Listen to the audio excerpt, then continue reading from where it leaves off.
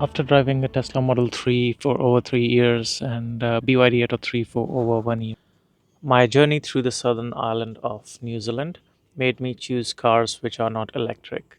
And in this video, I'll share my journey and my thoughts on how it changed. So, the two cars I had to drive were a Toyota Highlander, which was a hybrid, and then a Audi Q7, which is this one, and this one's a diesel. The difference wasn't just about the engines. It was a deep dive into convenience, cost, as well as practicality of our choices when it comes to transportation. So, firstly, let me tell you how much we drove and what was that experience like. So, we drove from Queenstown to Christchurch, which is on the right side of the map if you look at it, and then went to Nelson, which is a town at top of the north end of the South Island. Then we went to Hokitika, which is another beautiful little town on the left side or the west coast. And it's not easy to sort of tell those experiences with this beautiful scene out there disturbing your thought. And Queenstown is really beautiful. Like we heard that it's beautiful, but if you look it through your own eyes, it's very different and amazingly pleasing as well as calm. Like when we moved from Melbourne to Queensland, we thought Queensland is calm, but this is another level of just beautiful landscapes as well as an amazing place to travel. So, among our travels from Queenstown all the way around the South Island and back to Queenstown, we traveled almost 2,400 kilometers. Out of those, most of the kilometers were through Toyota Highlander, which is a hybrid vehicle. Although it's a hybrid, but it was still quite a bit of money that we spend on fuel, because compared to electric cars, especially when we're charging at home, it seemed quite a bit expensive, and the fuel prices in general were a bit more expensive compared to what we have in Australia.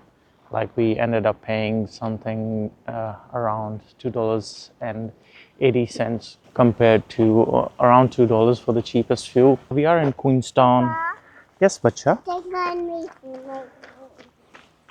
So the son wants to contribute something to it. This is the beautiful Queenstown Gardens. And compared to Queensland's gardens, I cannot say I miss the lizards and the reptiles around in Queensland, because as you might be aware, New Zealand doesn't have any reptiles. In my EV journey in Australia, it's part of a routine where I have to plan my journey around the charging stops. With the fuel powered cars in New Zealand, I no longer had to hunt for the charge stops. But every time I stopped for a fuel top up, the bill of hundreds of dollars was shocking, although it's only been 3 years since I stopped paying for fuel. My typical EV range is from 350 to 400 kilometers, but over here in New Zealand, I was clocking 500 to 600 kilometers in a day, totaling to over 2,500 kilometers in a span of a week. With hilly terrain of New Zealand, it was quite clear that solely relying on the EV to be my single source of transport wouldn't be a practical choice. And it's not even like there were too many options available to rent out an EV. At first, the idea of not having to plan for charging stops felt liberating. Yet, that freedom came at a steep price. The price, both monetarily as well as mentally. The expenses for the fuel stops were quite a lot, and it was over $100 each time I charged, or not charged, but filled up my car. Well, The noise of the engine is something which you don't realize until you've driven electric cars for a bit. Constant vibration and the noise of both the Highlander and Audi is also something which I had to get used to, because with my electric cars there's no transition between gears, so the overall experience is quite smooth. Doesn't matter if you're driving uphill or downhill, it's similar experience. But with these cars, fuel powered cars, you get to feel the vibration, and especially if you are traveling more than 500 kilometers on each leg between different cities, the vibration of the road mixed with the vibration from the engine is something which your body feels even after you stopped overnight, and that's something which I think would have been avoided in an electric car. And it's not just only that. While we picked up our Audi, it was already showing a sign of fuel being low, or some sort of notification saying that maintenance is needed, which just reminded me how much convenient it is to have a electric car setup where you don't have to worry about too many moving parts. But then again, it was a quick stop at a mechanic, fortunately, but still it took a different approach for us to plan our way around that visit.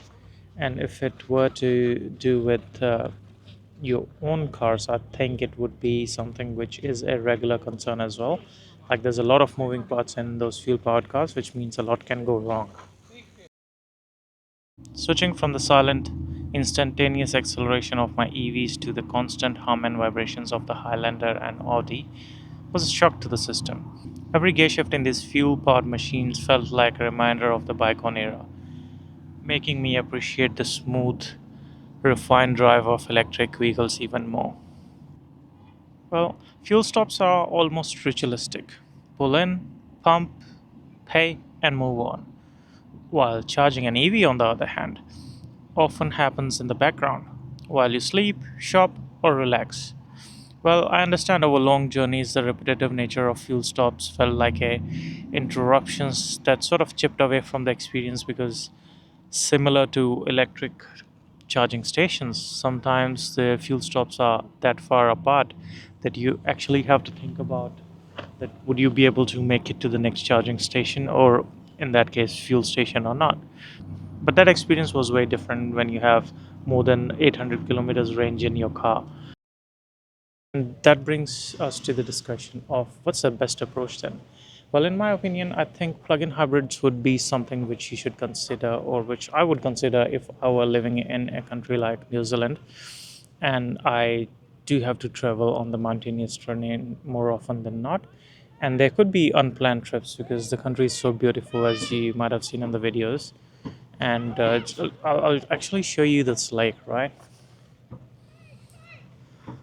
This is the central lake called Wakatipu. It's on the shore, like it's in the Queenstown area, and that's one of the lakes which the I think city is built around.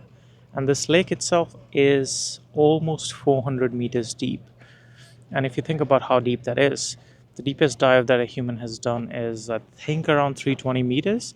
So it's even deeper than that. It actually goes below the sea level, I think, 50 meters, which just tells you the scale of this amazing little, or not little, a huge lake. But the water is so clear, the city is so vibrant and good, and the overall experience is quite nice of driving in New Zealand, which means more often than not, if you're living here, you would want to travel, you would want to have those drive experiences, and hence plug-in hybrid would make more sense if you want to still enjoy the electric lifestyle of being not paying that much for fuel, as well as not paying anything if it's under 100 kilometers for those couple of cars. And even Havel had 6 got a new plug-in hybrid which says 180 kilometers, but even if it gives 100 kilometers of range, it should be enough for your daily commutes. And that just would bring the experience of having that EV driving experience, where there's very less vibrations. You get to charge your car on your convenience overnight and travel for hundreds of kilometers without paying anything, or not as much as we have paid for the fuel over the fuel stations. This journey was more than just the change in vehicles. It was an exploration into the evolution of our mobility choices. While the fuel car handled these hilly terrains, it also highlighted the current limitations of the EV technology.